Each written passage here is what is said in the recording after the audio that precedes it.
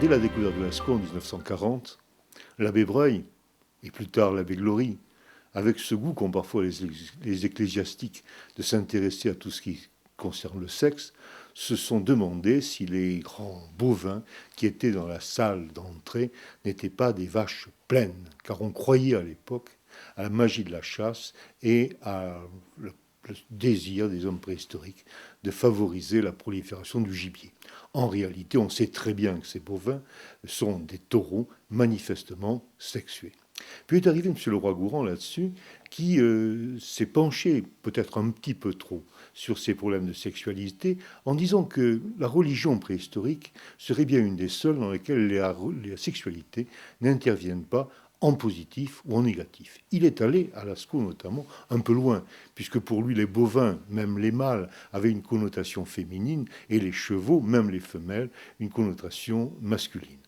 En revanche, il a dit des choses intéressantes sur la dichotomie, sur le distinguo entre les différents signes. Les uns qui sont plutôt des bâtons, avec ou sans expansion latérale, qui seraient plutôt des phallus, des organes sexuels masculins, et les autres qui sont des cercles, des carrés, plus ou moins fendus verticalement, qui seraient plutôt des vulves, des organes sexuels féminins. Mais à Lascaux, il y a d'autres petites choses supplémentaires. Dans le diverticule axial, on a l'impression qu'un cheval, un étalon peut-être, est en train de s'apprêter à saillir une jument.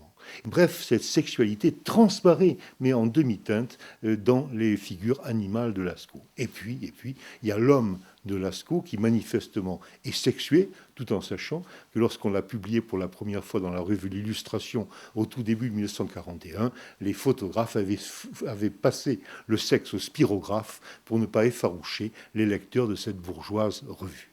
En tout cas, toute cette petite note de sexualité qu'il y a dans Lascaux va peut-être dans le sens de la division sexuelle du travail. Les gens qui ont peint, qui ont gravé Lascaux, étaient plus probablement des chasseurs, connaissant bien les animaux, que des dames qui restent à la maison.